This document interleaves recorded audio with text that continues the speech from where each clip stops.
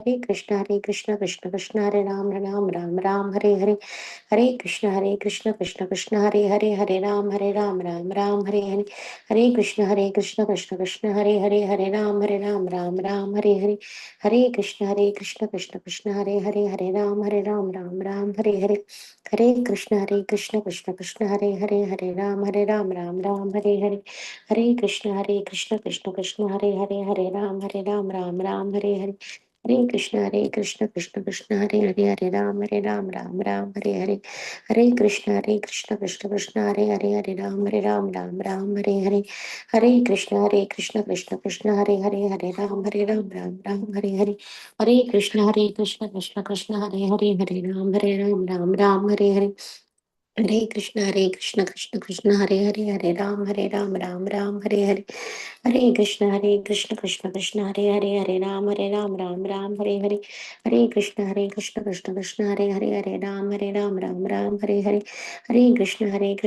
कृष्ण राम हरे कृष्ण कृष्ण हरे कृष्ण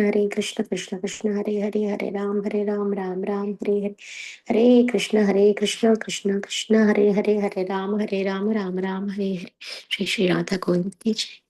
प्रणाम माता जी। हरे कृष्ण। హరే కృష్ణ ప్రభు మాతది ప్రణామాలు. హరే కృష్ణ మాతాజీ. భక్తులందరికీ కూడా ప్రణామాలు. హరే కృష్ణ. అందరికీ స్వాగతం, సుస్వాగతం. ఈరోజు మనం 17వ అధ్యాయం గురించి చెప్పుకోబోతున్నాము.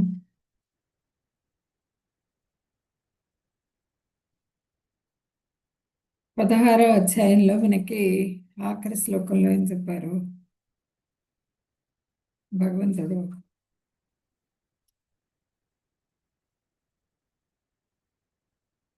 16వ అధ్యాయం ఆఖరి శ్లోకంలో తస్మాత్ శాస్త్రం ప్రమాణంతే కార్యకార్య వ్యవస్థితౌ జ్ఞాత్వా శాస్త్ర విధానోక్తం కర్మ కర్తుం ఇహ అర్హసి. అందుచే మానవుడు మత గ్రంథాలందలి నియమముల ద్వారా ఏది విధియో ఏది అవిధియో తెలుసుకొనవలెను. అట్టి నియమ నిబంధనలు నెరిగి పనిచేసినచో అతడు క్రమముగా ఉద్ధరింపబడును.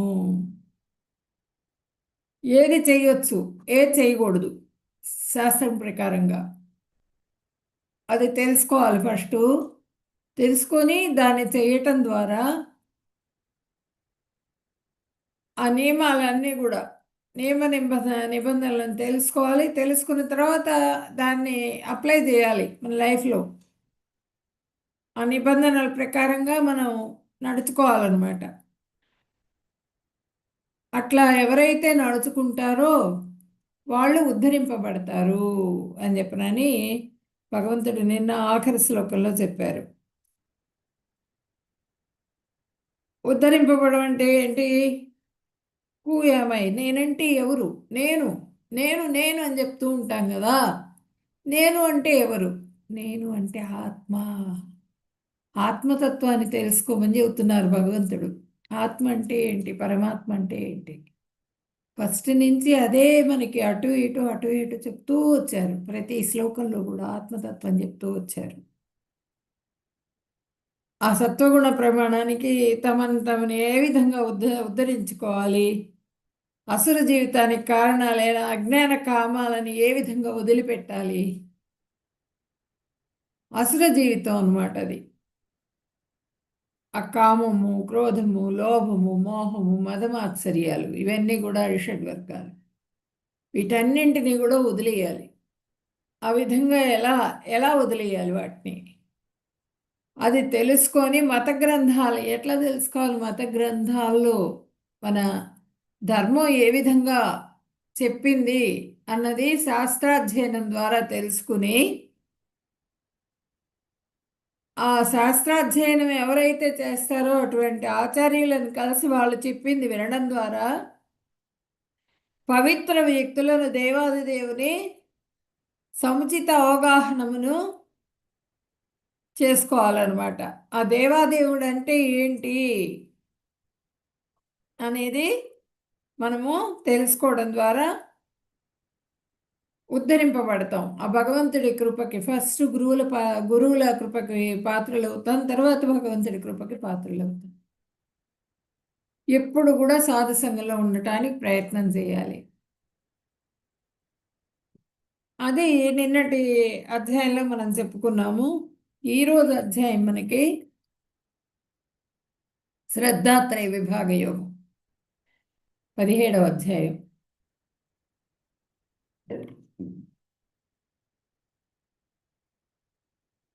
ఫస్ట్ ప్రణామం చేసుకుని తర్వాత అధ్యాయం స్టార్ట్ చేద్దాము. ఓం అజ్ఞానతిమిరాంధస్య జ్ఞానాంజనశలాకయా చక్షురున్మీలితం येन తస్మై శ్రీగురవే నమః. శ్రీచైతన్యమనోభీష్టం స్థాపితం येन భూతలే స్వయం రూపः కదా మహ్యం దదాతి స్వపదాంతికం. వందేకం శ్రీగురో శ్రీయుతపదకమలం శ్రీగురున్ వైష్ణవాంశ్చ శ్రీరూపం సాగ్రజాతం సహగణ రఘునాథాన్వితం తం సజీవం సాద్వైతం సావధూతం పరిజన సహితం కృష్ణ చైతన్య దేవం శ్రీ రాధాకృష్ణ పాదాన్ సహగణ లలితా శ్రీ విశాఖాన్వితాంశ్చ. हे कृष्ण करुणा सिंधो दीनबंधो जगत्पते गोपेश गोपिका कांता राधा कांता नमोस्तुते. तप्त कांचन गौरांगी राधे वृंदावनेश्वरी वृषभानुसुते देवी प्रणमामि हरिप्रिये. वाञ्छाकल्पतरुभ्यश्च कृपा सिन्धुभ्य एव च पतितानां पावनेभ्यो वैष्णवेभ्यो नमो नमः. नमो ॐ विष्णुपदाय कृष्णप्रेष्ठाय भूतले श्रीमते भक्तिवेदान्त स्वामिन्येति नामिने. नमस्ते सरस्वते देवे गौरवाणी प्रचारिणे निर्विशेष शून्यवादी पाश्चात्य देशतारिणे. जय श्री कृष्ण चैतन्य प्रभु नित्यानंद श्री अद्वैत गदाधर श्रीवासादि गौर भक्त वृंद. हरे कृष्णा कृष्ण कृष्ण हरे हरे हरे राम राम राम हरे हरे. हरे कृष्ण. శ్రద్ధాత్రయ విభాగ యోగం ఈరోజు మనం చెప్పుకునేది. ఈ 17వ అధ్యాయంలో మనకి భగవంతుడు శాస్త్రోక్తమైన శ్రద్ధతో సమస్తము నాకు సమర్పించి యుద్ధం చెయ్యి, పూర్తిగా సరెండర్ అయిపోరు అర్జున అని చెప్పినని చెప్తున్నారు. అశ్రద్ధతో చేసే యజ్ఞదాన తపస్సులు వ్యర్థాలు.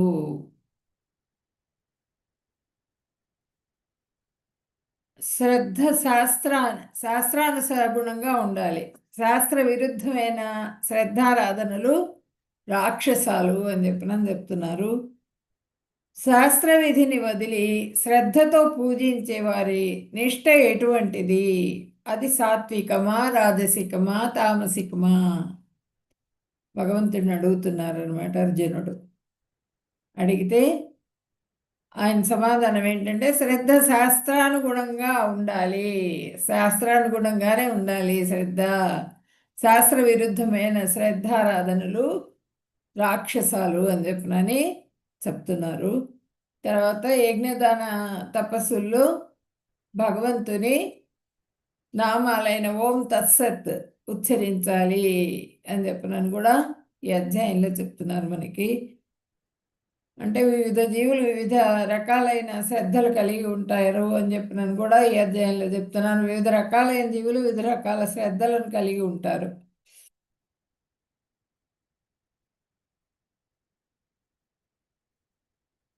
అసురులేమో శాస్త్రానికి విరుద్ధంగా ప్రవర్తిస్తారు, అసుర గుణాలు ఉన్నటువంటి వాళ్ళు. అది మనం తగ్గించుకోవాలి. ఇప్పుడు మనం చెప్పుకున్నాం కదా, అసురులు దేవతలు ఇద్దరు కూడా 2 రకాల గుణాలు కూడా కలియుగంలో మానవుడు 2 రకాల గుణాలు కలిగి ఉంటాడు. కాబట్టి ఆ ఆసురీ లక్షణాలను మనము తగ్గించుకోవాలి, మనలో ఉన్నటువంటి ఆసురీ లక్షణాలని. దేవతా లక్షణాలని పెంపొందించుకోవాలి. శాస్త్ర విహితంగా ఏవైతే దేవతా లక్షణాలు ఉన్నాయో వాటిని పెంచుకోవాలన్నమాట, పెంపొందించుకోవాలి. తెలివిగా మనం శాస్త్ర ప్రకారం ప్రవర్తించాలి. మనం తెలివితేటలు తెచ్చుకొని మన మానవ జీవితం ఎందుకు వచ్చింది, ఈ జీవితం ఈ జన్మ ఎందుకు, ఏ విధంగా మనం సార్థకత్వం చేసుకోవాలి ఈ జన్మని అనేది మనం తెలుసుకోవాలన్నమాట. ఆ తెలివితేటలు కలిగి ఉంటే దానికి సంబంధించినట్లుగా ప్రవర్తించాలి. తెలివితేటలతో మనము సరైన దారిలో శాస్త్రవిహితంగా మనము ప్రయాణం చేయాలి. ఇప్పుడు ఈ భగవద్గీత అనేది మనకేంటంటే మాన్యువల్.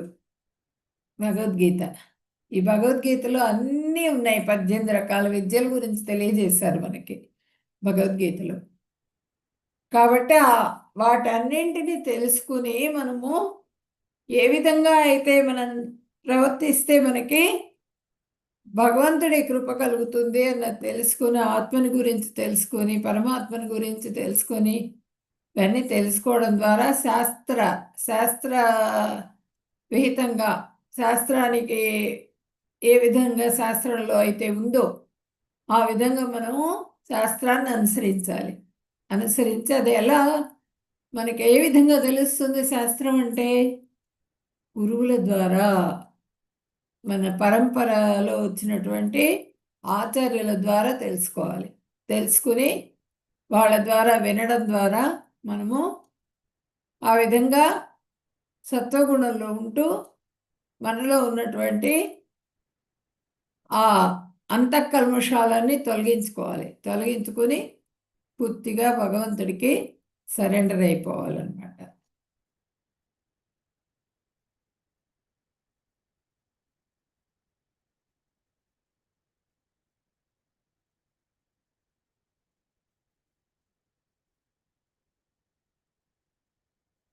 ఇప్పుడు హరే కృష్ణ మంత్రం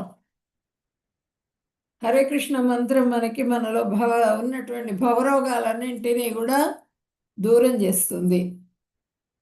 ఇప్పుడు ఈ శాస్త్రం ఏంటంటే మనకి గురువు, సాధువు, శాస్త్రం ఈ అధ్యాయంలో మనం నేర్చుకుంటాం. గురువు గురించి, సాధువు గురించి, శాస్త్రం గురించి నేర్చుకుంటాం మనం. ఒక జాండీస్ వచ్చిన రోగి జాండీస్ వస్తుంది. వచ్చినప్పుడు అతనికి ఆ జాండీస్ తగ్గాలంటే ఏం చేయాలి? చెరుకు రసం తాగించాలి. తాగిస్తే జాండీస్ తగ్గుముఖం పడుతుంది. కానీ ఆ చెరుకు రసం తాగలేడు. విడిగా ఇస్తే ఎన్ని గ్లాసులు అయినా తాగుతారు. జాండీస్ వచ్చిన వాళ్ళు తాగలేరు. ఎందుకంటే కట్టిక చేదుగా ఉంటుంది అది, ఆ చెరుకు రసం వాళ్ళ నాలికకి.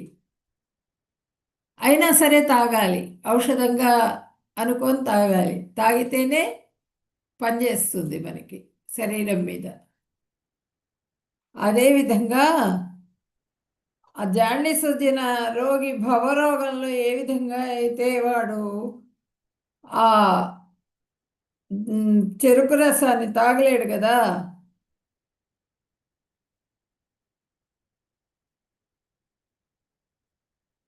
ఏది తిన్నా కూడా చేదుగా ఉంటుంది వాళ్ళకి. భవరోగం, ఆ భవరోగంతో ఉన్న వ్యక్తికి నామం అనేది రుచించదు. హరే కృష్ణ నామం రుచిగా ఉండదు, విసుగ్గా ఉంటుంది. ఏమిటి గోల, మనం ఎందుకు వినాలి, ఎందుకు నేర్చుకోవాలి? హాయిగా ఇష్టమైనవి ఎప్పుడు కావాలంటే అప్పుడు తినచ్చు కదా, ఎప్పుడు కావాలంటే అప్పుడు వండుకొని తినచ్చు. మన ఇష్టం వచ్చినట్టు టీవీ చూడొచ్చు, మన ఇష్టం వచ్చినట్టు సినిమాలకు వెళ్ళొచ్చు, మన ఇష్టం వచ్చినట్టు తిరగచ్చు. ఎందుకు ఈ శాస్త్రం అంతా అని చెప్పినాను. ఎక్కువ మంది ఇదే విధంగా ఉన్నారు. అట్లా ఉన్నందువల్ల వాళ్ళకి ఏంటంటే ఎప్పుడో ఒకప్పుడు మొట్టికాయ పడుతుంది. అది పడ్డప్పుడు ఇంక వాళ్ళు తట్టుకోలేరు అనమాట. అది వాడిది మునిగిపోయినప్పుడు పూర్తిగా తట్టుకోలేని పరిస్థితికి వస్తారు. ఆయన ఎవరు? ద మన ధృతరాష్ట్రుడు అడిగాట కృష్ణ భగవానుడిని, ఎందుకు ఇంత 100 మందిని ఒక్కసారే తీసేసావు? అంత పాపం నేనేం చేశాను? ఎందుకు ఇంతమందిని ఒక్కసారే తీసేయాల్సిన అవసరం ఏంటి? మొత్తం వంశం మొత్తం వెళ్ళిపోయింది కదా అని చెప్పి నన్ను అడిగాట. నువ్వు 50 జన్మల క్రితం ఒక పక్షి మీద కక్షతో ఆ పక్షి గుడ్లన్నీ కూడా నలిపేసావు, దొరకలేదన్న కక్షతో వేటగాడేవి నువ్వు. అన్నీ చిదివేశాట చెట్టు మీదకి ఎక్కి, ఆ పక్షి గుడ్లు 100 గుడ్లు చిదివేశాట. ఆ పక్షి రోదన విపరీతంగా ఏడ్చింది అది. ఆ మొత్తం కూడా ఆ గుడ్లన్నీ చితిపేసేటప్పటికి ఆ పాపం మొత్తం కూడా నీకు పట్టుకుంది. అంటే 100 మంది సంతానం కలగాలంటే ఎంత పుణ్యం చేసుకోవాలి? 50 జన్మలు ఎత్తాడు. 100 మంది సంతానానికి కావాల్సిన పుణ్యం అంతా నువ్వు స్టోర్ చేసుకున్న తర్వాత 100 మంది సంతానం కలిగారు, వాళ్ళందరినీ కూడా తీసేయటం జరిగింది. అది నువ్వు చేసుకున్నదే అని చెప్పినాను కృష్ణ భగవానుడు చెప్పారట ఆయనకి. అట్లా మనం ఏది విచ్చలవిడిగా తిరిగామనుకోండి, పట్టించుకోకుండా భగవంతుడి నామాన్ని కూడా ఉచ్చరించకుండా తిరిగేట్లయితే మనకి ఆది భౌతిక క్లేశాలు, ఆది ఆధ్యాత్మిక క్లేశాలు, ఇవన్నీ కూడా మనకి చాలా బాధిస్తాయి అన్నమాట. అధిదైవ క్లేశాలు అంటే ప్రకృతి వైపరీత్యాలు ఒకటి, మన శరీరానికి కలిగే బాధలు ఒకటి, వేరే వాళ్ళ ద్వారా వేరే జంతువుల ద్వారా కలిగే బాధలు ఒకటి, వేరే మనుషుల ద్వారా బాధలు కలుగుతూ ఉంటాయి. ఇవన్నీ కూడా మనం చేసుకున్నవే. మనం చేసుకున్న వాటికి ప్రతి జరుగుతూ ఉంటాయి. ఇవన్నీ కూడా వీటి ద్వారా మనం కష్టపడుతూ ఉంటాం అన్నమాట.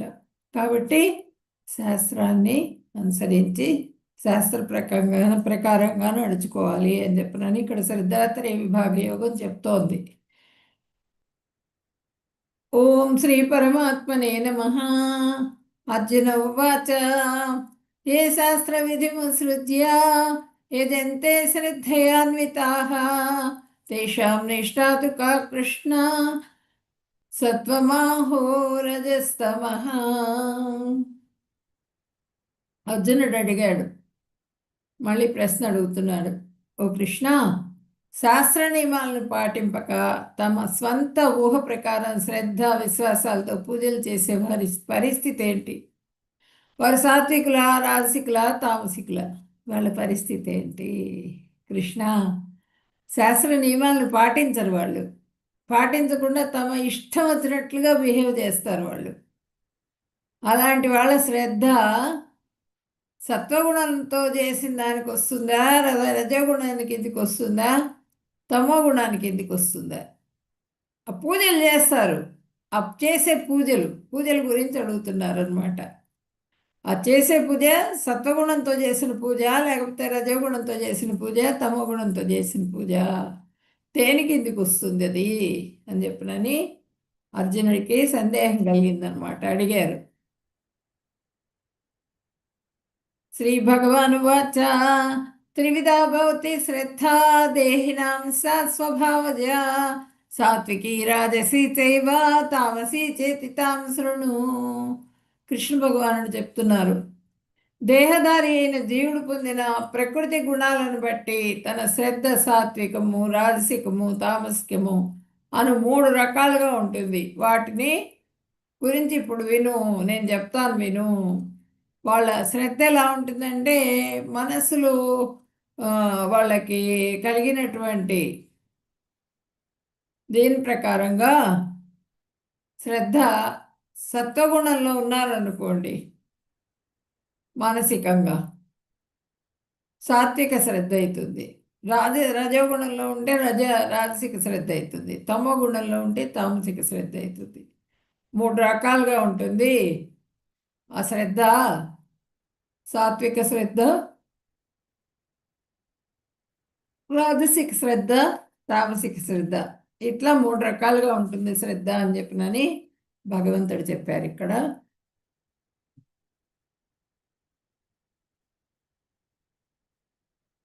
ముగ్గురు అన్నదమ్ములు. వీళ్ళని చూపిస్తున్నారు అనమాట. సాత్విక శ్రద్ధ, రాజసిక శ్రద్ధ, తామసిక శ్రద్ధ. వీళ్ళది ఈయన సత్వగుణం విభీషణుడు. ఎప్పుడు భగవంతుడి నామం జపము, భగవంతుడి దీంట్లో ఉంటాడనమాట విభీషణుడు. అందుకని సాత్విక శ్రద్ధ. ఇక్కడ రజోగుణం రావణాసురుడు. అంత నాకే కావాలనుకుంటాడు. మొత్తం ప్రపంచంలో ఉన్న ఏదైతే అందంగా కనిపిస్తుందో అది నాకు కావాలి, ఏదైతే అత్యున్నతమైందో అది నాకు కావాలి. అదంతా కూడా అది పొందేందుకు ఏ విధంగా అయినా సరే బిహేవ్ చేస్తాడు ఆయన. చంపాలంటే చంపేస్తాడు, కామాన్ని అనుభవిస్తాడు, స్త్రీలను అనుభవిస్తాడు.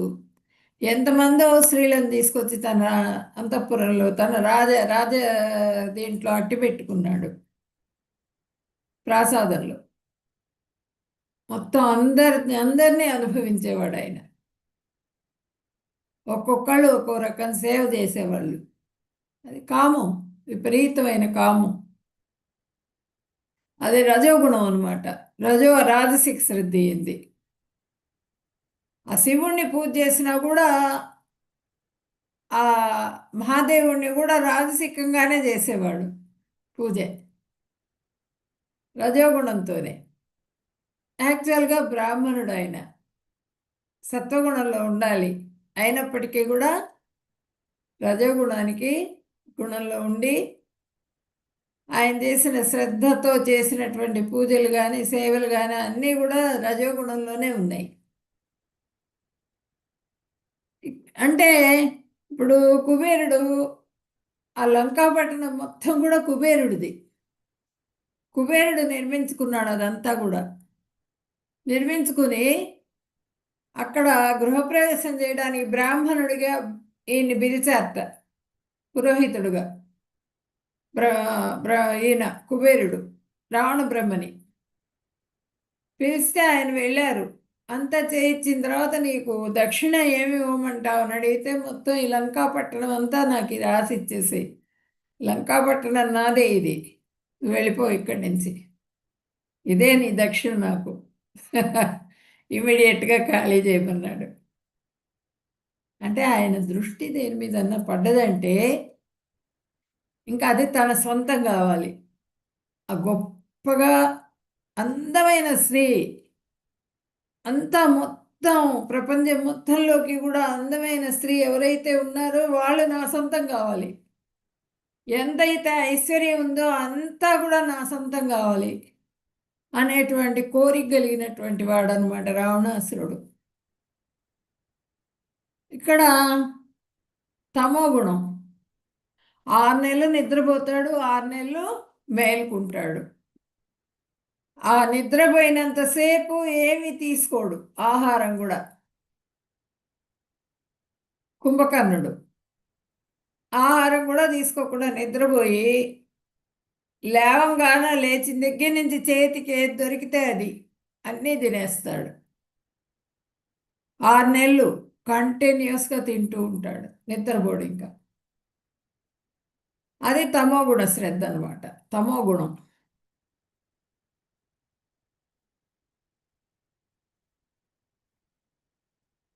ఈ రజోగుణం మూలంగా, రావణాసురుడి మూలంగా ఏమైంది, వంశం మొత్తం కూడా నాశనం అయిపోయింది. రావణాసురుడు కామం, కోరికతో, ఆ మైథున కోరికతో ఆ అమ్మవారిని తీసుకెళ్ళి అపహరించి తీసుకెళ్ళి తన దగ్గర పెట్టుకున్నాడు తన రాజ్యంలో. దాంతో ఎన్ని రకాలుగా చెప్పినా కూడా వినల. రాములు వారు ఎన్నో రకాలుగా చెప్పి చూశారు, వినల. రాయబారం పంపించారు, వినకపోయేటప్పటికీ ఇంకా లాస్ట్కి ఇంకా యుద్ధం ప్రకటించారు. మొత్తం వానరులందరినీ తీసుకొని వచ్చి రావణాసుడితో యుద్ధం చేసి ఫస్ట్ ఉన్నటువంటి నాయకుల, మొత్తం వాళ్ళ రాజ్యంలో ఉన్నటువంటి నాయకులందరినీ కూడా సంహరించేస్తాడు యుద్ధంలో. గొప్ప గొప్ప వాళ్ళందరూ కూడా, ఆయన కుమారులు అందరూ కూడా చనిపోతారు. చనిపోయిన తర్వాత లాస్ట్కి ఈ కుంభకర్ణుడు కూడా 6 నెలలు నిద్రపోతాడు కదా, ఆ నిద్రా సమయంలోనే లేపకూడదు, లేపితే వాడు చచ్చిపోతాడు అనమాట. 6 నెలల నిద్రా సమయంలోనే వాడిని లేవగొడతారు విపరీతంగా బల్లేలతో పొడిచి. నిద్ర లేపిన తర్వాత సరే యుద్ధానికి వస్తాడు. యుద్ధానికి వచ్చి యుద్ధంలో చచ్చిపోతాడు. భీకరమైన యుద్ధం చేస్తాడు కుంభకర్ణుడు కూడా, చచ్చిపోతాడు. అందరూ పోయిన తర్వాత లాస్ట్కి రావణాసురుడు వచ్చి, రావణాసురుడు కూడా రాముల వారి చేతిలో సంహరింపబడతాడు అనమాట. విభీషణుడు మాత్రం యుద్ధం స్టార్ట్ అయ్యే ముందే ఆయన చెప్పేస్తాడు, నేను యుద్ధం చేయను, నేనుండను ఇక్కడ. నేను అన్నయ్య నువ్వు తప్పు చేస్తున్నావు, ఇప్పటికైనా సరే ఏం కాలేదు, ఇప్పుడు నిన్ను క్షమిస్తాడు రాముల వారు. తీసుకువెళ్ళి ఆ అమ్మని తీసుకెళ్ళి అక్కడ వదిలిపెట్టు, ఆయన గొప్పచెప్పు అని చెప్పి చెబుతారు. నీకు ఇప్పటికైనా తెలియట్లేదా, వచ్చిన వాళ్ళు ఎవరో నారాయణుడు వచ్చాడు కాబట్టి ఇంతమంది చచ్చిపోతున్నారు, యుద్ధం చచ్చిపోతారు, మనకి అంత అవసరమేముంది, వంశనాశనం అయిపోతుంది, వద్దు వెళ్ళు, తీసుకెళ్ళి ఒప్పచెప్పేసేయి. ఒక స్త్రీ గురించి మొత్తం ఇంత కష్టం పడాల్సిన అవసరం లేదని చెబుతాడు. కానీ వినడు అనమాట ఆయన. వినకపోయేటప్పటికీ ఇంకా వినకుండా నువ్వు వెళ్ళిపోయి ఇక్కడి నుంచి, నువ్వు నాకు ఆపోజిట్గా మాట్లాడావు కాబట్టి నువ్వు ఉండొద్దు ఇక్కడ రాజ్యంలో, వెళ్ళిపో వెంటనే అని చెప్తాడు.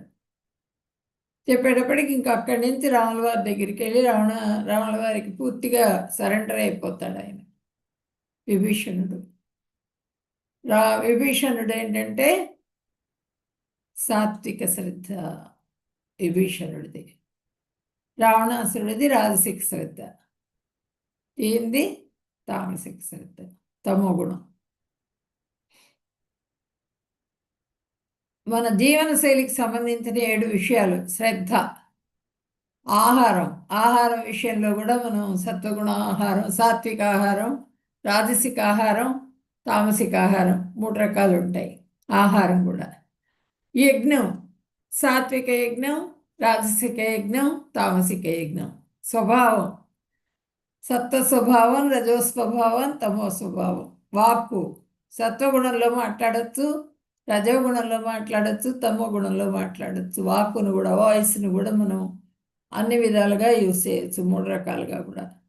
మనస్సు యొక్క నియంత్రణ, మనస్సుని నియంత్రించుకోవాలి, మనస్సు నియంత్రించుకొని దానాలు చేయాలి, దానం చేయటం ఇదంతా కూడా అవసరం అని చెప్పి మనకి చెప్తున్నారు ఇక్కడ. యజంతే సాత్విక దేవాన్ యక్షరక్షాంసి రాజసాః ప్రేతాన్ భూతగణాంశాన్యే యజంతే తామసా జనాః. సత్వగుణంలో ఉండే మనుషులు దేవతలను పూజిస్తారు, దేవతలు వీళ్ళందరినీ కూడా పూజ చేస్తారు. సత్వగుణంలో ఉన్నవాళ్ళు ఏంటంటే ఫలితాలను అడుగుతూ ఉంటారు, 40 రోజుల దీక్షలు తీసుకుంటూ ఉంటారు, 108 ప్రదక్షిణాలు చేస్తాను నీకని మొక్కుంటుంటారు, 108 కొబ్బరికాయలు, 101 కొబ్బరికాయలు కొడతామని మొక్కుంటుంటారు. ఆ ఫలితం వచ్చిందంటే వెంటనే నీకు ఇది వ్యాపారం అన్నమాట భగవంతుడితో. నువ్వు ఇది ఇస్తే నేను అది ఇస్తా, నువ్వు ఇది ఇచ్చావనుకో, ఫస్ట్ నువ్వు ఇది ఇచ్చేయి, తర్వాత నేను అది ఇస్తా నీకు. భగవంతుడికి నువ్వు ఇచ్చేదేంటి? ఆ దేవతలందరితో చేస్తారు వాళ్ళు వ్యాపారం. నువ్వు ఈ ఫలితం ఇచ్చావంటే నేను నీకు ఇది ఇస్తాను. తాయని చూపిస్తుంటాడు వీడు ఇక్కడి నుంచి, తాయిలం అన్నమాట. ఆ ఫలితం అయిపోగానే మళ్ళీ గోవిందార్పణం. మనకు పుణ్యం ఏమి ఉండదు. ఆ 30 రోజులు 40 రోజులు దీక్షలు, మళ్ళీ 40 రోజులు దీక్ష తీసుకుంటారు, చాలా కఠినంగా చేస్తారు. కాళ్ళకి చెప్పులు కూడా వేసుకోరు. టమాటో కుక్కర్ లేచా ఉడుకుతుంది. హరే కృష్ణ, హరే కృష్ణ. ఎవరు మాట్లాడుతున్నారు? దయచేసి హరే కృష్ణ. మాతాజీ అందరినీ మ్యూట్ చేస్తారా? మాతాజీ చేస్తాను మాతాజీ. హరే కృష్ణ. హరే కృష్ణ. వేరే వాళ్ళకి డిస్టర్బ్ అవుతుంది. ఇక్కడ మొత్తం కూడా ఈ ఫలితం అయిపోతుంది. అయిపోగానే మళ్ళీ ఈ భౌతిక జీవితం మళ్ళీ గడుపుతూ మొదలు పెడతాడనమాట. ఆ విధంగా దేవతలందరినీ కూడా ఆరాధిస్తూ ఉంటారు వీళ్ళు. ఒక్కొక్క దేవతని ఒక్కొక్క ఫలితం గురించి ఆరాధిస్తూ ఉంటారు. ఈ పెళ్ళి కావాలంటే ఇది, డబ్బు కావాలంటే ఇది, ఉద్యోగం కావాలంటే ఇది అని చెప్పినని ఒక్కొక్క దేవతని ఆరాధిస్తూ ఉంటారు. ఇక్కడ రాజసిక శ్రద్ధ. రాజసిక శ్రద్ధ అంటే వ్యక్తుల్ని పూజలు చేస్తూ ఉంటారు. నాయకులను పూజలు చేస్తారు, సినిమా యాక్టర్స్కి పూజలు చేస్తారు, వాళ్ళకి అభిషేకాలు చేస్తారు. అంటే ఫలితం ఆశించి చేసేవన్నమాట ఇవన్నీ కూడా. నాకు అది వస్తుంది, నాకు ఆ గౌరవం లభిస్తుంది, నాకు ఆ పదవి వస్తుంది కాబట్టి నేను ఈ పూజ చేస్తాను వీడికి, వీడిని మెచ్చుకున్నానంటే నాకు ఆ పదవి వస్తుంది. సినిమా యాక్టర్స్కి గుళ్ళు కట్టించారు, గుళ్ళు కట్టి టెంపుల్స్ కట్టిస్తారు వాళ్ళ కోసం. వాళ్ళ కటౌట్స్ వాళ్ళవన్నీ విగ్రహాలు పెట్టి వాళ్ళకి అభిషేకాలు చేస్తారు. పాలు 108 బిందెలు పెట్టి అభిషేకం, పెద్ద మాలలు తీసుకొచ్చి వేసేస్తారు వాళ్ళకి, పెద్ద పెద్ద పూలమాలలు. ఫండ్స్ వస్తాయి వాళ్ళ దగ్గర నుంచి మొత్తం వీళ్ళకి. అదంతా కూడా రాజసిక శ్రద్ధ అనమాట.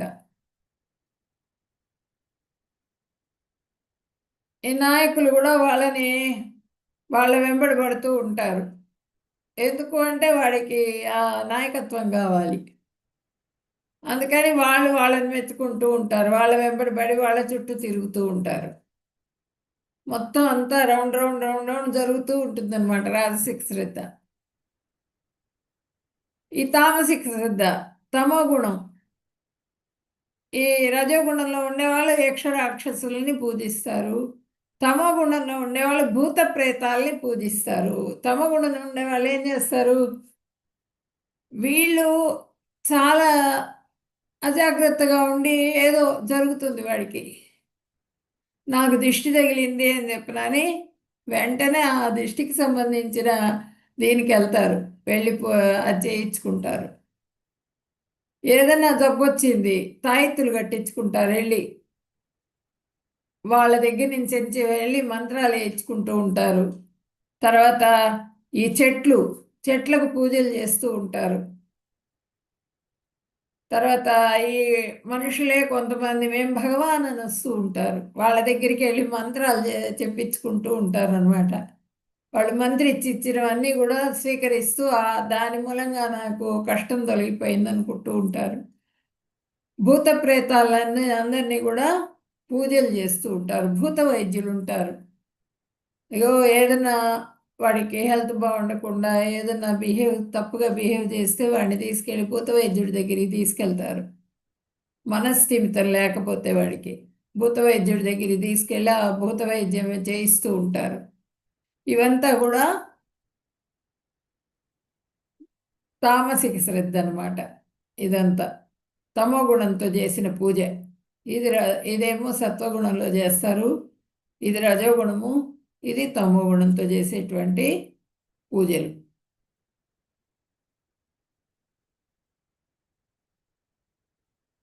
సత్వగుణము దేవతలందరినీ కూడా ఆరాధిస్తూ ఉంటారు. ఈ మనకి వేదాల్లోనే ఉంది, ఈ దేవతను ఆరాధిస్తే ఈ ఈ ఇటువంటి ఫలితం వస్తుంది నీకు, ఈ దేవతను ఆరాధిస్తే ఈ ఫలితం వస్తుంది, ఈ దేవతను, ఇవన్నీ కూడా రాశారు ఆయన. ఆ ఫలితాలన్నీ చూసుకుని అవి చేస్తూ ఉంటారు అనమాట. ఆ యజ్ఞాలు, ఈ యజ్ఞం చేస్తే ఈ ఫలితాలకు ఆశించి చేస్తూ ఉంటారు. రాజసిక శ్రద్ధ, తామసిక శ్రద్ధ. You are what you eat. ఏం తింటున్నావు నువ్వు?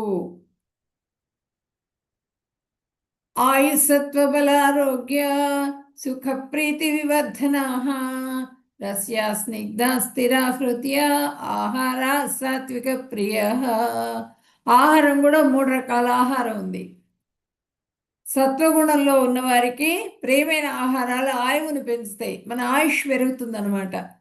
సత్వగుణంలో ఉండేవాళ్ళు తినే ఆహారంతో బుద్ధిబలం పెరుగుతుంది, మన తెలివితేటలు, బుద్ధిబలం అంటే ఆరోగ్యము, ఆనందము మరియు సంతృప్తిని ఇస్తాయి. హ్యాపీగా ఉండగలుగుతాం. ఇవి రసవంతము, పుష్టికరము, ఆరోగ్యకరమైనవి మరియు హృదయానికి ఆహ్లాదకరంగా ఉంటాయి. ఇవేంటంటే రసవంతంగా ఉంటాయి, అంటే జ్యూసీగా ఉంటాయి, ఈజీగా డైజెస్ట్ అవుతాయి. మనం ఇది తినేటప్పుడు కూడా హాయిగా ఉంటుందన్నమాట. మనం తిన్న తర్వాత నోరు కూడా మంచి బ్యాడ్ బ్యాడ్గా స్మెల్ రాదు, హ్యాపీగా ఉండగలుగుతాం. డైజెషన్ బాగా అవుతుంది. ఈ ఫ్రూట్స్ ఇవన్నీ సాత్విక ఆహారం. ఎక్కువ పులుపు ముందు వస్తుంది మనకి. ఈ సాత్విక ఆహారాన్ని మనము భగవంతుడికి కూడా నివేదన చేయాలి. పాలు, పెరుగు, వెన్న, నెయ్యి, నీళ్ళు, మంచినీళ్ళు, ఇవన్నీ ఈ పదార్థాలన్నీ కూడా ఇవన్నీ ఏంటంటే ఫ్రూట్స్.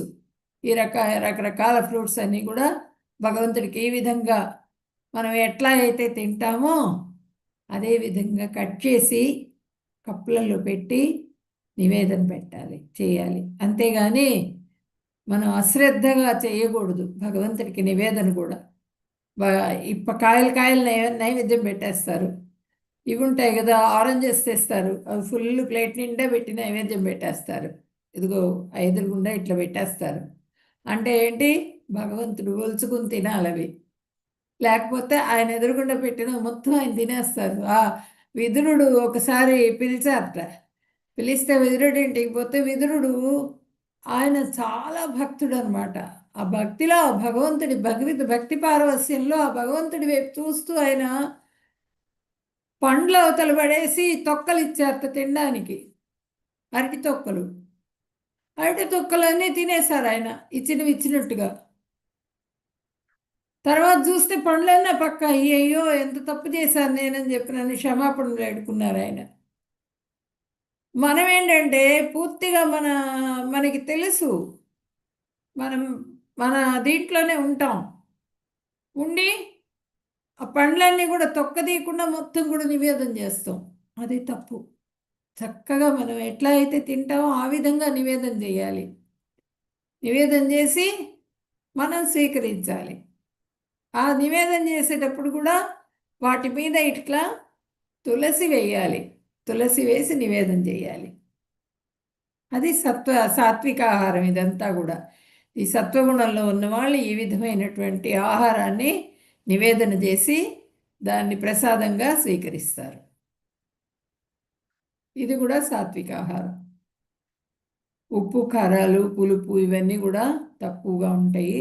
ఈ ఆహారం తిన్నందువల్ల ఏంటంటే పసిపిల్లలు కూడా తినగలుగుతారు. వాళ్ళు ఎట్లా ఆనందంగా ఉండగలుగుతారు, ఆనందంగా నవ్వుతూ ఉంటారు, అట్లా ఆనందంగా ఉంటాం మనం కూడా.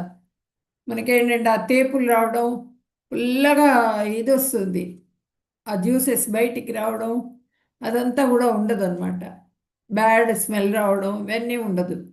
మొత్తం చక్కగా డైజెస్ట్ అయిపోతుంది. సత్వగుణంలో చేసినటువంటి ఆహారం. ఎక్కువ పులుపు, ఎక్కువ కారం, ఎక్కువ ఉప్పు ఇవన్నీ కూడా మంచిది కాదు. ఇట్లా తయారు చేసి భగవంతుడికి నివేదన చేయాలి. కట్వం లలవణాత్యుష్ణా తీక్ష్ణరుక్ష విదాహిన ఆహారారసస్యేష్ట దుఃఖశోకామయప్రద. చాలా చేదుగా, చాలా పుల్లగా, ఉప్పగా, వేడి, పదునైన పొడి మరియు దానం చేసే ఆహారాలు రజగుణానికి సంబంధించినవి. అట్లాంటి వాళ్ళు ఇష్టపడతారట.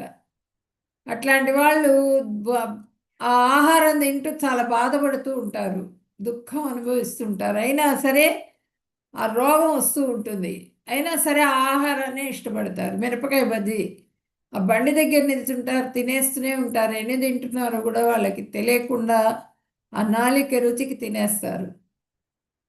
కారంగా, విపరీతమైన వేడిగా, నాలిక కాలిపోయేట్టుగా అవి తినేస్తారు. తిన్న తర్వాత ఏమవుతుంది, కడుపులో మంట వస్తుంది, దుఃఖాన్ని కలుగజేస్తుంది, మంట పుడుతుంది. పానీపూరీలు ఏ చేతులతో చేస్తున్నారో తెలియదు, ఏ నీళ్ళు వాడుతున్నారో తెలియదు. విపరీతంగా ఇప్పుడు పిల్లల దగ్గర నుంచి అందరూ కూడా వాటికి అలవాటు పడిపోయినారు. ఆ ఆహారం తీసుకున్నందువల్ల ఏమవుతుందంటే దుఃఖాన్ని కలుగజేస్తుంది. ఇది రజోగుణ ఆహారం అన్నమాట. దహనం చేసిన పదార్థాలు. దహనం చేసిన పదార్థాలు అంటే ఈ మాంసానికి సంబంధించిన పదార్థాలు అవన్నీ కూడా ఆ గ్రిల్స్లో వాటిల్లో పెట్టి అవి దహనం చేసి, అంటే ఏంటంటే ఒక జీవిని చంపి దాన్ని తింటూ ఉంటారు. అటువంటి ఆహారం అంతా కూడా దహనం చేసిన ఆహారాలు ఇవన్నీ కూడా రజోగుణానికి సంబంధించిన వాళ్ళు ఇష్టపడతారు. ఇవి రోగాన్ని కలుగజేస్తాయి. బాధని, దుఃఖాన్ని, రోగాన్ని కలుగజేస్తాయి అన్నమాట. ఇక్కడ చూడండి, పుల్లగా ఈ చాట్స్ అన్నీ కూడా ఇష్టపడతారు. నాలిక రుచి ఈ మిరపకాయలు కొరుక్కొని తింటూ ఉంటారు.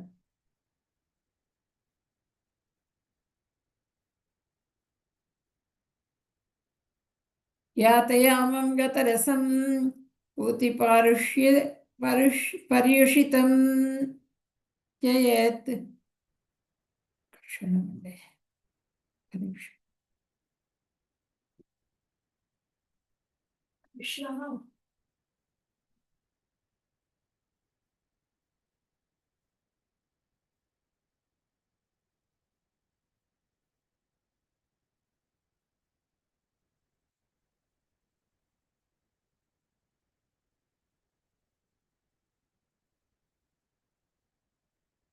యాతయామం గతరసం పూతి పర్యుషితం జయత్ ఉచ్చిష్టమపి చామేధ్యం భోజనం తామస ప్రియం.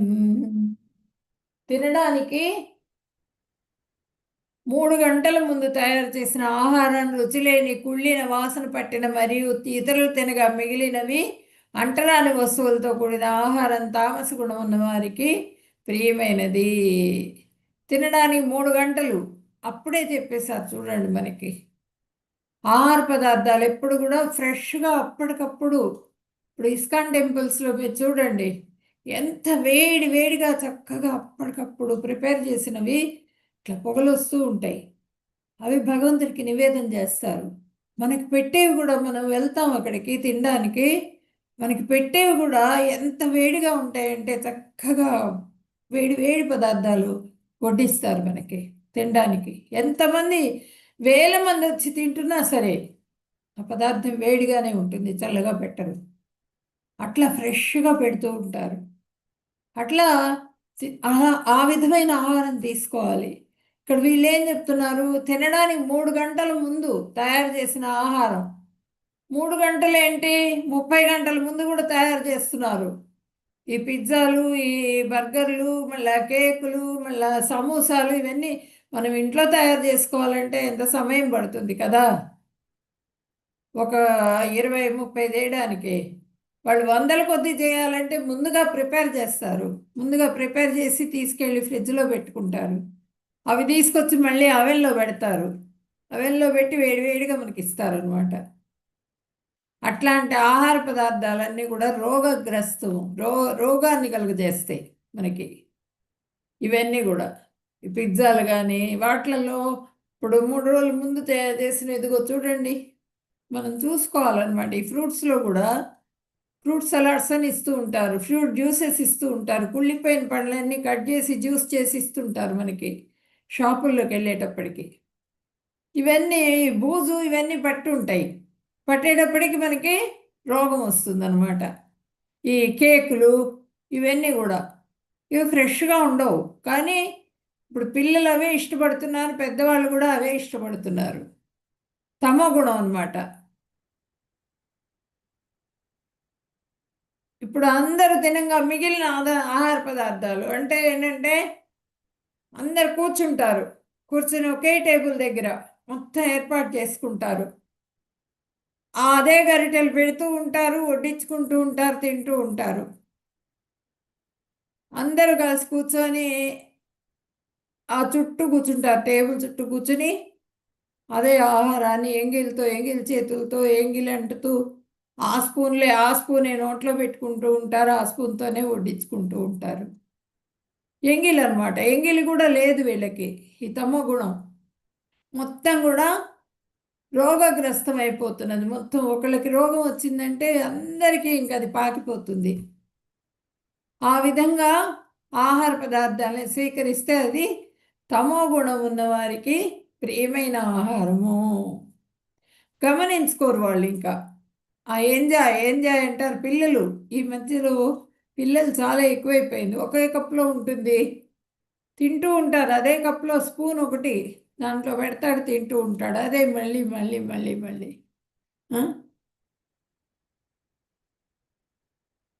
మన లాలాజలంలోనే ఉంటుంది మొత్తం. ఇది మనకి రోగక్రిములన్నీ కూడా ఆ లాలాజలం అందరికీ కూడా ఇది ఏంటంటే మన ఎంగిలి దోషం అని ఉంటుంది. ఎంగిలి దోషం అంటే ఏంటి? రోగగ్రస్తం చేస్తుంది, రోగం వచ్చేస్తుంది మనకి. అవన్నీ ఇప్పుడు ఒకరోజు సాంబార్ పెడతారు, బద్ధకం, అది ఫ్రిడ్జ్లో పెడతారు. ఫ్రిడ్జ్లో పెట్టి ఆ సాంబారు అలాంటివన్నీ కూడా ఇప్పుడు మసాలాలు అవన్నీ వేసిన పదార్థాలు ఏంటంటే ఫ్రిడ్జ్లో పెట్టుకుని మళ్ళీ వేడి చేసేటప్పటికి అది విషపూరితం అయిపోతుందిట. వాటిలలో అన్ని ప్రిజర్వేటివ్స్, కలర్స్ అన్నీ వేస్తారు కదా, దాన్ని మళ్ళీ సెకండ్ టైం వేడి చేయకూడదు. కానీ ఫ్రిడ్జ్లో పెట్టింది చల్లగా తినలేరు కాబట్టి మళ్ళీ వెచ్చ చేస్తారు దాన్ని.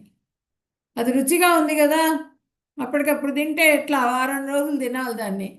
అందుకని ఫ్రిడ్జ్లో పెట్టేస్తాం. ఇంట్లో ప్రిపేర్ చేసుకుంటాం మసాలా, ఇంట్లో చేయం ఎందుకంటే బద్ధకం. బయట నుంచి కొనుక్కొచ్చుకుంటాం ప్యాకెట్లలో. వాడేం చేస్తాడు, ప్యాకెట్లో అది నిలవ ఉండేందుకు ప్రిజర్వేటివ్ వేస్తాడు, కలర్ అట్రాక్షన్ కలర్ వేస్తాడు.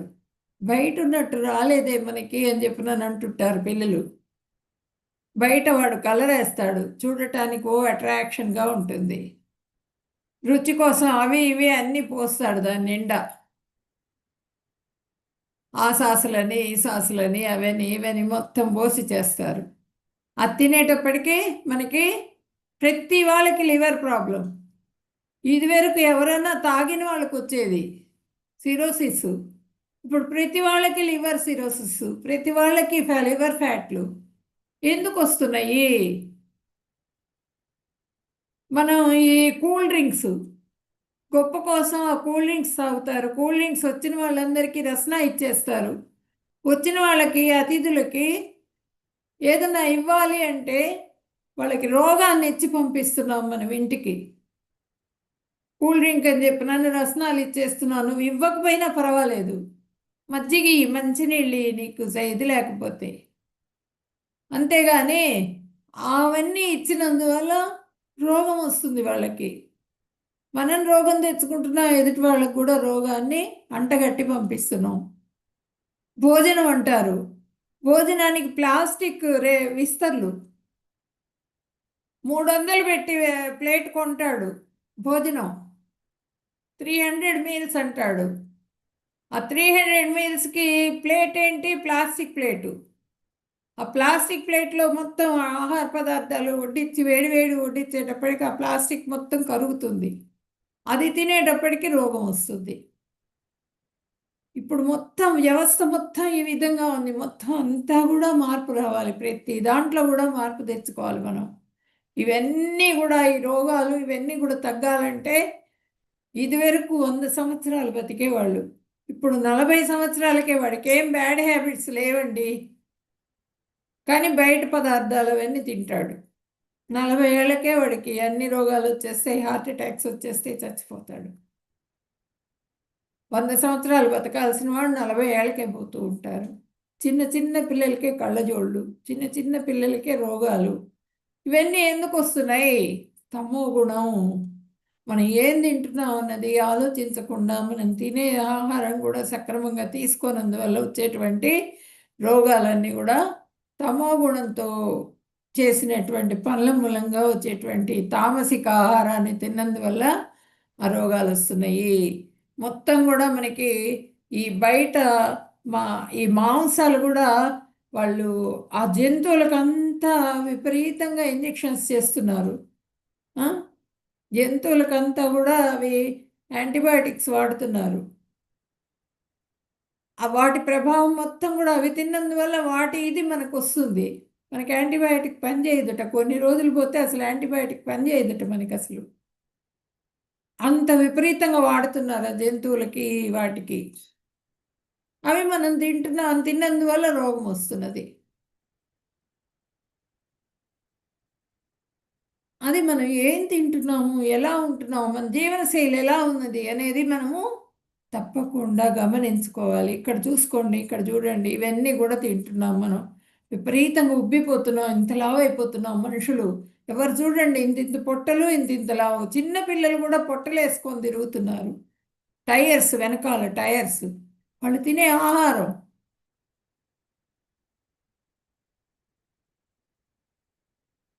సాత్విక ఆహారం, రాజసిక ఆహారం, తామసిక ఆహారం.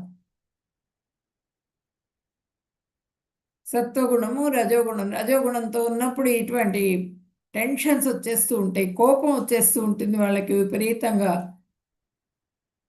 తమో గుణంలో ఉన్న వాళ్ళు బద్ధకంగా పడుకుంటారు. ఆ ఆహారం తినేదినో అరగదు, అది పడుకుంటారు ఇంకంతే వాళ్ళు, తమో గుణంలో ఉన్న వాళ్ళు. అఫలాకాంక్షభిర్జిఘ్నో విధిదృష్టో యయుజ్యతే ఇష్టవ్యమేవేతి మనః సమాధాయ సాత్వికః. శాస్త్రగ్రంథం యొక్క ఆదేశాల ప్రకారం విధిగా ప్రతిఫలం కోరుకొని వారు మనస్సులో దృఢ సంకల్పంతో చేసే యజ్ఞము సత్వగుణంతో చేయబడినట్టు. సత్వగుణంలో చేసేటువంటి యజ్ఞం అన్నమాట ఇది. శాస్త్ర గ్రంథాల ఆదేశం ప్రకారంగా చేసేటువంటి అంటే ఇప్పుడు ఋత్విక్కులు బాగుండాలి, సమిధలు బాగుండాలి, దాంట్లో వేసేటువంటి యజ్ఞ ద్రవ్యాలు బాగుండాలి, యజ్ఞం చేసే ఆ ప్రదేశం బాగుండాలి. అవన్నీ కూడా ఏర్పాటు చేసుకొని సత్వగుణంలో చేసేటువంటి యజ్ఞము ఆ భగవంతుడి గురించి చేస్తారు, భగవంతుడి ప్రీత్యర్థం చేస్తారు. అది ప్రతిఫలం కోరుకోరు వాళ్ళు, భగవంతుడు ఏది ఇస్తే దానికి తీసుకుంటారనమాట. దృఢ సంకల్పంతో, మనస్సులో దృఢమైన సంకల్పంతో చేసే యజ్ఞము సత్వగుణంతో చేయబడినట్టు అవుతుందన్నమాట.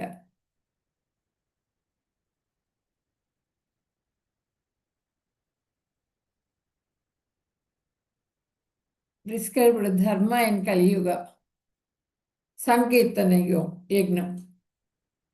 మనం ఈ యజ్ఞాలన్నీ కూడా చేయక్కర్లేదు. ఒక్క సెకండ్, ఇప్పుడే ఈ పని మనిషి ఇప్పుడే పొద్దున్నే వస్తుంది, గుర్తొస్తుంది.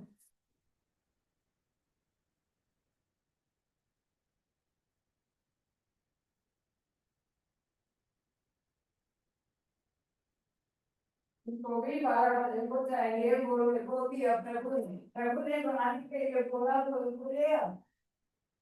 प्रभु को भी प्रॉब्लम है, सुबह सुबह आने आइए तो मुझे भी प्रॉब्लम है, प्रभु को लिया सुबह सुबह आ रही है, प्रॉब्लम हो जाता। 12 बजे को आने के लिए बोलिए, 12 बजे बात है।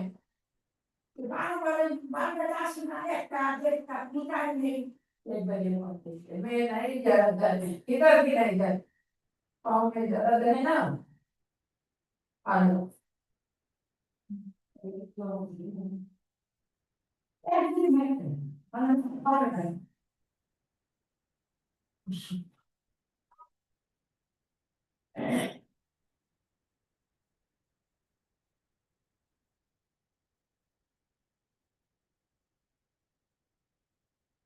बिल्कुल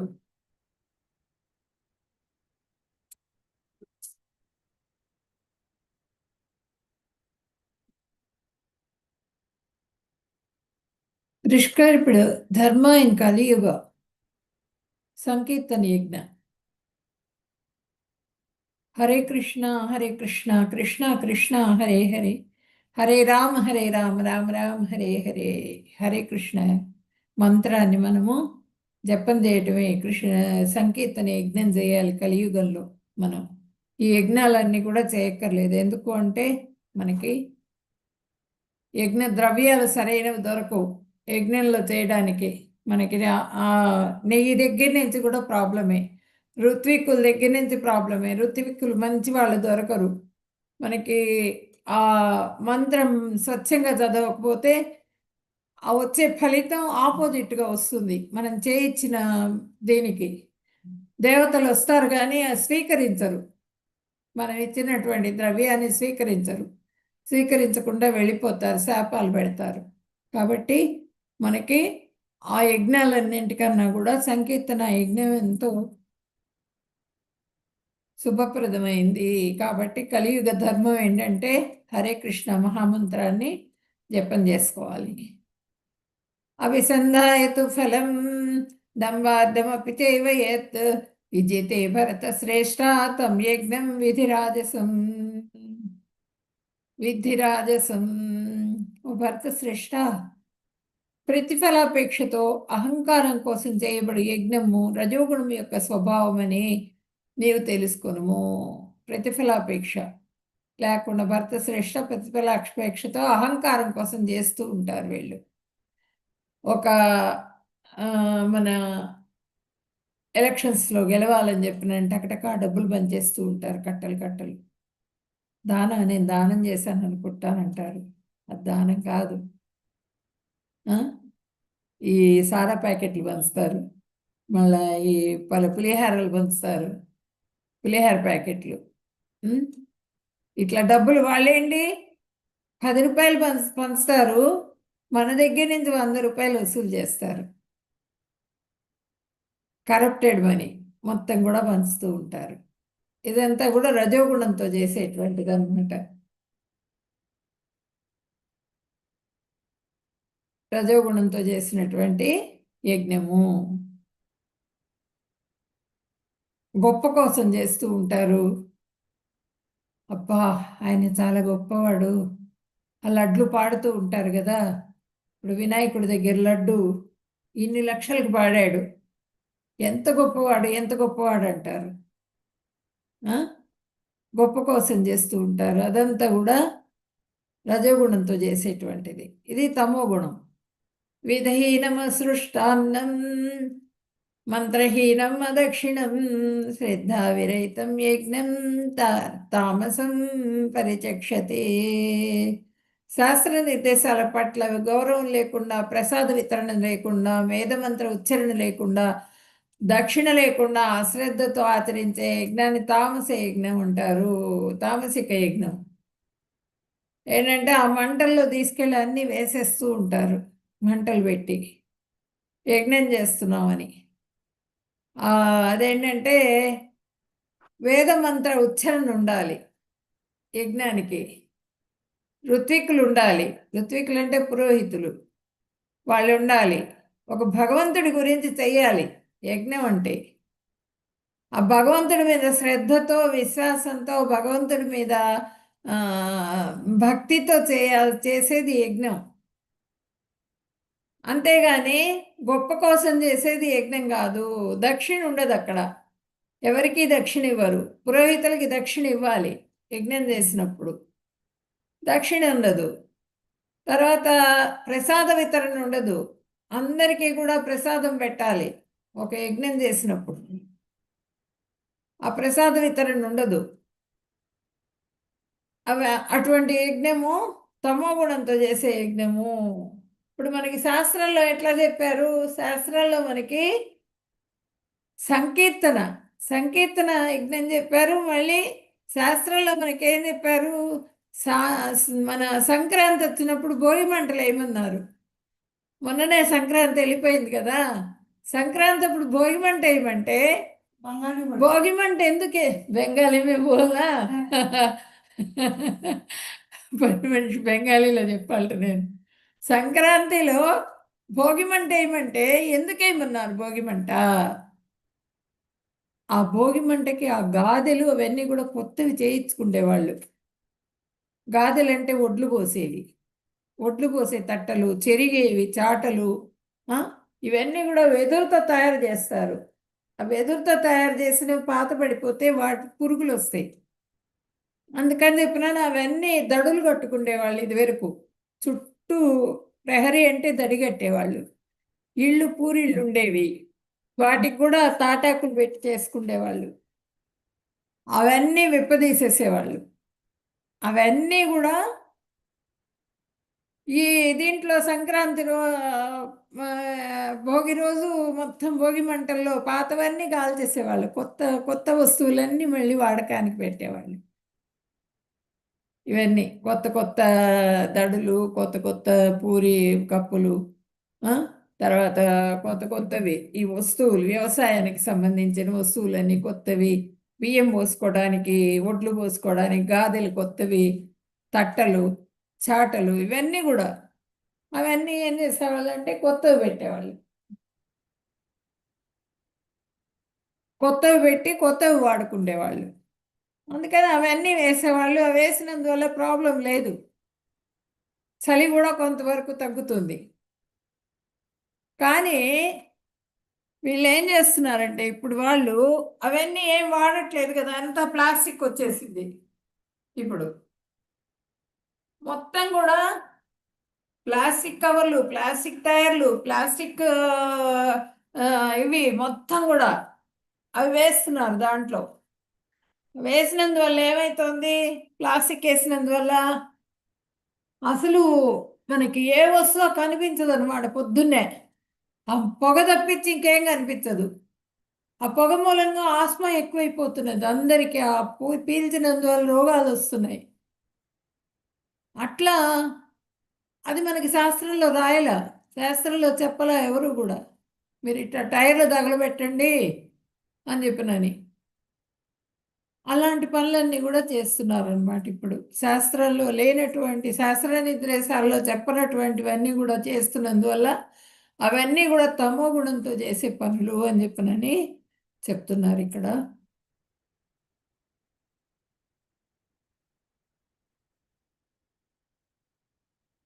దేవద్విజ గురు ప్రాజ్ఞ పూజనం శౌచమార్జవం బ్రహ్మచర్యం అహింసా చ శరీరం తపోచ్యతే.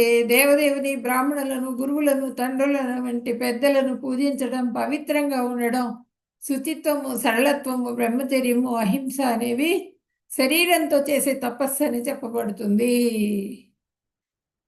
గురువుల్ని, తల్లిదండ్రులు, దేవదేవుణ్ణి పూజించాలి, భగవంతుణ్ణి, కృష్ణ భగవానుణ్ణి. తర్వాత బ్రాహ్మణులను పూజించాలి, గురువుల్ని పూజించాలి, తల్లిదండ్రుల్ని పూజించాలి, పెద్దవాళ్ళని అందరినీ కూడా గౌరవించి పూజించాలి, పవిత్రంగా ఉండటం నేర్చుకోవాలి, శుచిత్వంగా శుభ్రంగా ఉండాలి. మనస వాచ కర్మణ, మనసు బాగుండాలి, వాచస్ బాగుండాలి, మనం చేసే కర్మలు కూడా మంచిగా ఉండాలి. సరళత్వం ఉండాలి. సరళత్వం అంటే సింప్లిసిటీ, సింపుల్గా ఉండాలి. బ్రహ్మచర్యం, తర్వాత హింస చేయకుండా ఉండటం అనేవి శరీరంతో చేసే తపస్సు. మన ఈ దేహంతో చేసేటువంటి తపస్సు అనమాట. అదంతా కూడా ఈ విధంగా ఉంటే తపస్సు చేసినట్టు, శరీరంతో చేసే తపస్సు అని చెబుతారు. అది చేయడం వల్ల హ్యాపీగా ఉంటాం. లేకపోతే ఈ కోపము, సాడ్నెస్, హార్ట్, కోపం, ఇవన్నీ కూడా లక్షణాలు, ఎమోషన్స్, ఇవన్నీ కూడా మనం శాస్త్రానికి ఫాలో అవ్వనప్పుడు కలిగేటువంటి ప్రాబ్లమ్స్. సత్కారమాన పూజార్థం తపోదంబేన చైవయేత్ క్రియతే తదిహ ప్రోక్తం రాజసంచలమధ్రువం. ఇతరుల నుండి గౌరవము, సన్మానము, మరియు పూజను పొందడం కోసం గర్వంతో చేయు తపస్సును రజోగుణమునికి సంబంధించిన తపస్సు అంటారు. అది అస్థిరము మరియు అశాశ్వతము.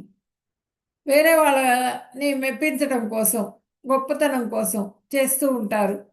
ఇంతకుముందు చెప్పాను కదా, నాయకుల్ని పూజిస్తూ ఉంటారు, జైలు కొడుతూ ఉంటారు, నాయకులకి, కటౌట్లకి వాళ్ళ గుడులు కట్టిస్తూ ఉంటారు. వాళ్ళ దగ్గర నుంచి ఫండ్స్ పొందటం కోసంగా వాళ్ళకి వాళ్ళని విపరీతంగా ఇచ్చేస్తూ ఉంటారు. ఆ తపస్సుని ఏమంటారంటే రజోగుణానికి సంబంధించిన తపస్సుని చెప్పనని చెబుతున్నారు. ఇది అస్థిరము, అశాశ్వతము. ఇది శాశ్వతమైనటువంటిది కాదు.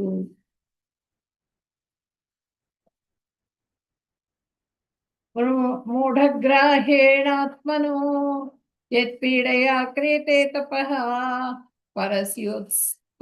పరస్యోత్సాదనార్థం వా తత్తామసముదాహృతం. తనను తాను హింసించుకుంటూ ఇతరులను నాశనం చేయడం లేదా గాయపరచడం వంటి మూర్ఖత్వంతో చేయి తపస్సు తమో గుణములకు సంబంధించిందని చెబుతారు. వాళ్ళని వాళ్ళే హింసించుకుంటూ ఉంటారు. ఇతరులను నాశనం చేయడం లేదా గాయపరచడం మూర్ఖత్వంతో చేసి, ఇప్పుడు ఆయన ఎవరంటే మన పేరు శివుణ్ణి అడిగాడు భస్మాసురుడు. శివుణ్ణి అడిగాడు, ఎవరి తల మీద చేయి పెడితే వాళ్ళు భస్మం అయిపోవాలని తపస్సు చేసి కోరుకున్నాడు. లాస్ట్కి ఏమయ్యాడు? ఆయనే భస్మం అయిపోయినాడు. ఆయన తల మీద చేయి పెట్టుకునేట్టుగా చేశాడు. ఎవరు? విష్ణుమూర్తి వచ్చి శివుడు తల మీద చేయి పెడతానని వెంబడబడ్డాడు. అప్పుడు విష్ణువు ప్రవేశించి తన తల మీద తనే పెట్టుకునేట్టుగా చేసి అప్పుడు దాన్ని అతన్ని భస్మం అయిపోయేట్టుగా చేశాడు. అంటే అటువంటి కోరికలు ఏంటంటే మనల్నే నాశనం చేస్తాయి. భస్మాసురుడు, హిరణ్యకశిపుడు, వీళ్ళందరూ కూడా దాతవ్యమితి దానం దీయతే అనుపకారిణే దేశీ కాలే చ పాత్రే చ తద్దానం సాత్వికం స్మృతం. ప్రతిఫల వాంఛలు లేకుండా సరైన సమయంలో సరైన ప్రదేశంలో యోగ్యుడైన వ్యక్తికి కర్తవ్య భావనతో ఇవ్వబడు దానము సత్వగుణమునకు సంబంధించినదిగా చెప్పబడుతుంది. సాత్విక దానం. ఆ భగవంతుడి గురించి ఏది చేసినా కూడా దానం చేస్తే భగవంతుడికి దానం చేయటం, భగవంతుడి తృప్తి కోసం చేసే దానాలన్నీ కూడా మనకి సత్వగుణంతో చేసేటువంటి దానాలుగా చెప్పబడతాయి. ఇక్కడ భగవంతుడి కోసం ఇక్కడ నంద మహారాజు, యశోదామాత వీళ్ళందరూ కూడా అందరినీ పిలిచి, ఋత్వికులందరినీ పిలిచి వాళ్ళకందరికీ కూడా దానాలు ఇస్తూ ఉండేవాళ్ళు వీళ్ళు. ఆ భగవంతుడికి కోసం ఏ చేసినా కూడా అది సత్వగుణంతో చేయబడిందిగా అవుతుందన్నమాట సాత్విక దానం.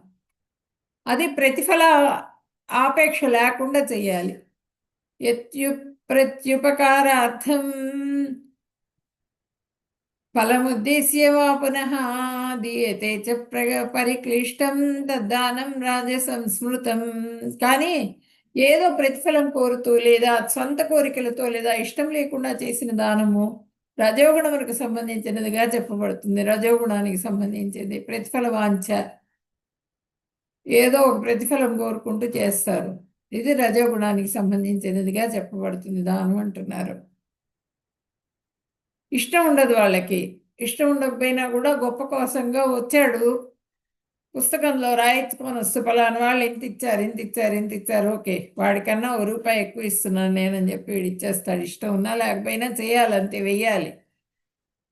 పీడించి ఈ వ్యాపారులు దగ్గర ఇవి పెడుతూ ఉంటారు కదా రోడ్ల మీద, కూడళ్లలో వినాయకుళ్ళని వాళ్ళని. ఆ వ్యాపారులు పాపం చిన్న వ్యాపారులు ఉంటారు, వాళ్ళు భయపడిపోయి దందాకు భయపడిపోయి ఇచ్చేస్తూ ఉంటారు, రౌడీజానికి భయపడి. అదంతా కూడా రజోగుణానికి సంబంధించింది. వాళ్ళు అడిగేది కానీ తీసుకునేది కానీ అంతా కూడా.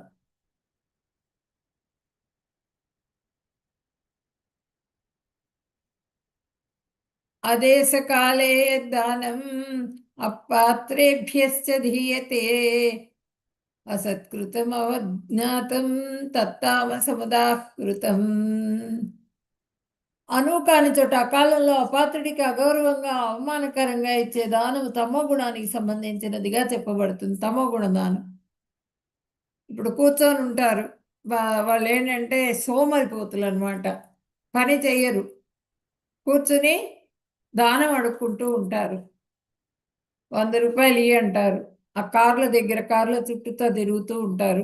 కారు వెళ్తూ ఉంటే రోడ్డు మీద తిరుగుతూ ఉంటారు, రోడ్డు మీద మధ్యలో కూర్చుంటారు. వీళ్ళందరూ ఏం చేస్తారు? డబ్బులు తీసుకొని వెళ్ళి తాగుతారు. ఆ వచ్చిన డబ్బులన్నీ తాగుతూ తింటూ ఉంటారు.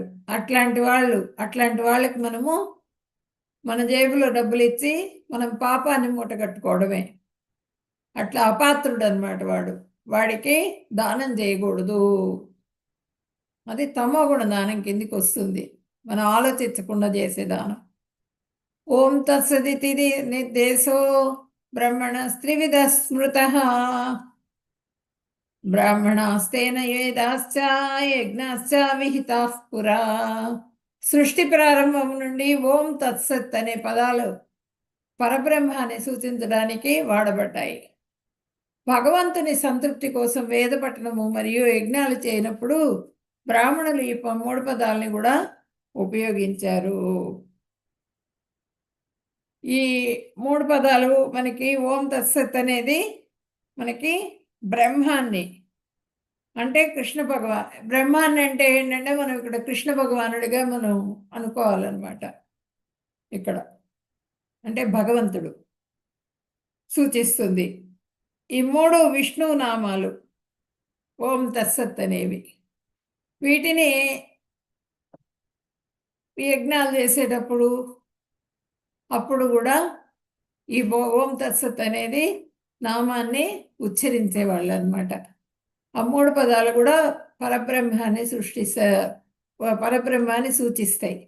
కాబట్టి భగవంతుని సంతృప్తి కోసం వేద పఠనము మరియు యజ్ఞాలు చేయనప్పుడు బ్రాహ్మణులు ఈ 3 పదాలను ఉపయోగిస్తారు. మనకి భగవద్గీత కూడా మనకి గీతా యజ్ఞం చేస్తున్నామని చెప్పా కదా, ప్రతి అధ్యాయం లాస్ట్లో ఓం తత్సదితి ఓం తత్సత్ శ్రీమద్ భగవద్గీతాత్సు ఉపనిషత్సు బ్రహ్మ విద్యాయ యోగ శాస్త్రే శ్రీకృష్ణాది సంవాదే అని చెప్పి ఆ అధ్యాయం పేరు చెప్పి మనము సమాప్తం అని చెప్తాం అనమాట.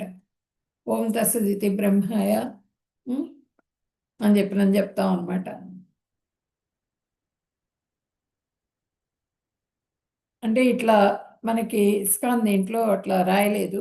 శ్రీమద్ భగవద్గీతాయ ఉపనిషత్సు బ్రహ్మ విద్యాయాం యోగ శాస్త్రే అని రాశారు. మనకి ఓం తత్సత్ అనేది కూడా రాస్తారు దీంట్లో.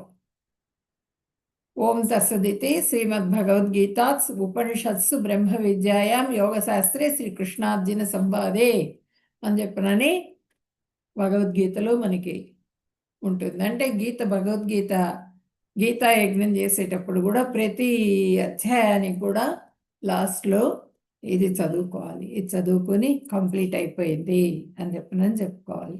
అది భగవంతుడికి చేసేటువంటి మనము బ్రాహ్మణులు వీళ్ళందరూ కూడా ఋత్వికులందరూ కూర్చొని చేసే యజ్ఞం, ఇటువంటి యజ్ఞాల్లో కూడా వాడతారు. ఇది గీతా యజ్ఞం కాబట్టి దీంట్లో కూడా మనం ఈ 3 పదాలు కూడా వాడాము. ఇది భగవంతుడిని ఉచ్చరించేదన్నమాట. బ్రహ్మం అంటే భగవంతుడి నామాలు. ఈ నామాలు ఏవి చదవకుండా చేసేటువంటిది యజ్ఞం కిందికి రాదు. ఈ 3 పదాలు కూడా ఉపయోగిస్తారు అని చెప్తున్నారు ఇక్కడ. అశ్రద్ధయా హుతం దత్తం తపస్తప్తం కృతం చేయత్ అసదిత్యుచ్యతే పార్థ నచదత్ ప్రేత్యనో ఇహ. ఓ పార్థ, భగవంతునిపై విశ్వాసం లేకుండా చేయ యజ్ఞము, దానము లేదా తపస్సు వంటిది ఏదైనా అశాశ్వతము. ఇది అసత్ అని పిలువబడుతుంది. ఇది ఈ జన్మలో మరియు తర్వాత జన్మల్లో కూడా పనికిరానిది.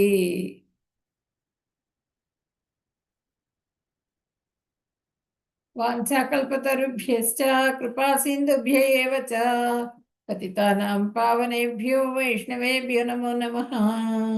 హరే కృష్ణ కృష్ణ కృష్ణ హరే హరే, హరే రామ రామ రామ హరే హరే. హరే కృష్ణ. హరే కృష్ణ మాతాజీ. మాతాజీ లాస్ట్ శ్లోకం ఒకసారి పెట్టరా, మీనింగ్ రాసుకుంటున్నా. ఇదా? హరే కృష్ణ మాతాజీ, ఇదే మాత. హరే కృష్ణ మాతాజీ. అశ్రద్ధయా హుతం దత్తం తపస్తప్తం కృతం చేయత్ అసదిత్యుచ్యతే పార్థ నచతత్ ప్రేత్యనో ఇహ. ఓ పార్థ, భగవంతునిపై విశ్వాసం లేకుండా చేయి యజ్ఞము గాని దానము గాని తపస్సు వంటిది ఏదైనా అశాశ్వతం. అంటే ఏంటంటే భగవంతుడిపైన విశ్వాసం లేకుండా చేస్తూ ఉంటారు. ఏదో అవిశ్వాసం అన్నమాట. ఇప్పుడు ఇందాక నేను చెప్పాను కదా, అవిశ్వాసంతో, పూర్తిగా విశ్వాసంతో ఉన్న వాళ్ళకి ఆ భగవంతుడి మీద ప్రేమ, సేవ, భగవంతుడి విగ్రహాన్ని మనం విగ్రహం అనుకోకూడదు. భగవంతుడే వచ్చాడు, ఆయన కూర్చొని ఉన్నారు అనుకోవాలి, ఆయన తింటారు అనుకొని ఆయనకి చేసే పదార్థాలు కూడా మనము నివేదన చేసే పదార్థాలు ఆ తొక్కలతో పెట్టడం ఇట్లా చేస్తూ ఉంటారు, ఇట్లా ఇసిరేస్తూ ఉంటారు. దక్షిణ ఎక్కడన్నా దేవుడి పాదాలు అవన్నీ ఉంటే ఆ డబ్బులు ఇట్లా ఇసిరేస్తారు, ఇట్లా తప్పు, అవన్నీ చేయకూడదు. చిన్న చిన్న దెబ్బ కూడా భగవంతుడికి తగలకూడదు, భగవంతుడి దీనికి. అవన్నీ కూడా మనకి అశ్రద్ధతో చేసేటువంటివి అన్నమాట. విశ్వాసం లేకుండా చేస్తూ ఉంటారు అలాంటి పనులన్నీ కూడా.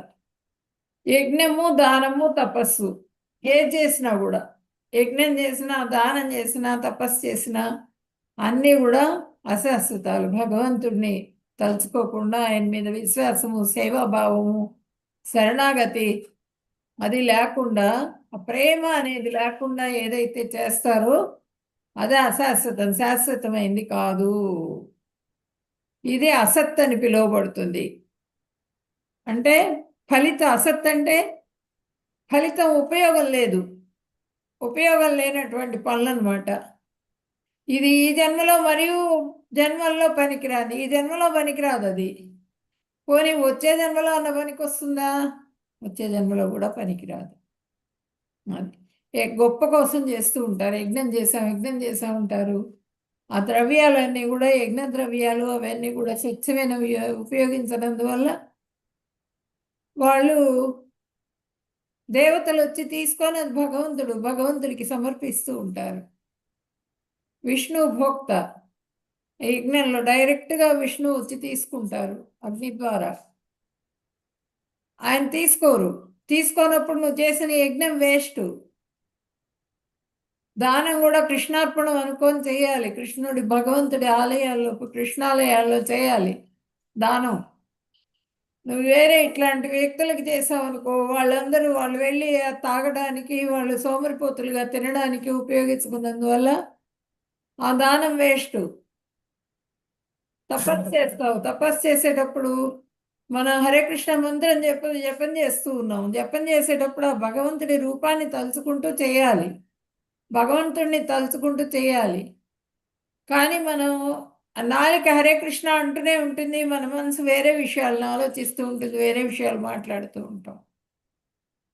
హరే కృష్ణ అదిగో పాలు పొంగిపోతున్నాయో చూడు, హరే కృష్ణ. కొంచెం అక్కడ వంట దగ్గర చూడమ్మా, కొంచెం ఇట్లా, అది తప్పు. అందుకే మనకి తెల్లవారుజామున ఎటువంటి ఫోన్లు రావు, ఎటువంటి ఇది ఉండదు, డిస్టర్బెన్సెస్ ఉండదు. కాబట్టి తెల్లవారుజామున జపం చేసేసుకోవాలి. జపం చేసుకుంటే కరెక్ట్గా జరుగుతుంది అన్నమాట.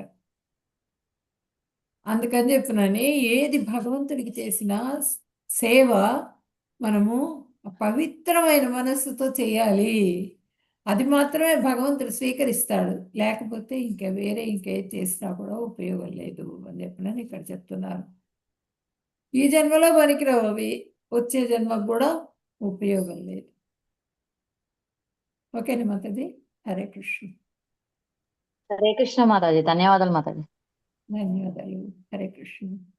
హరే కృష్ణ మాతాజీ. ఒక్క సెకండ్ ప్రభుజీ, ఇది స్టాప్ చేసేసి వస్తాను. మాతాజీ ఒక్క నిమిషం వస్తుంది.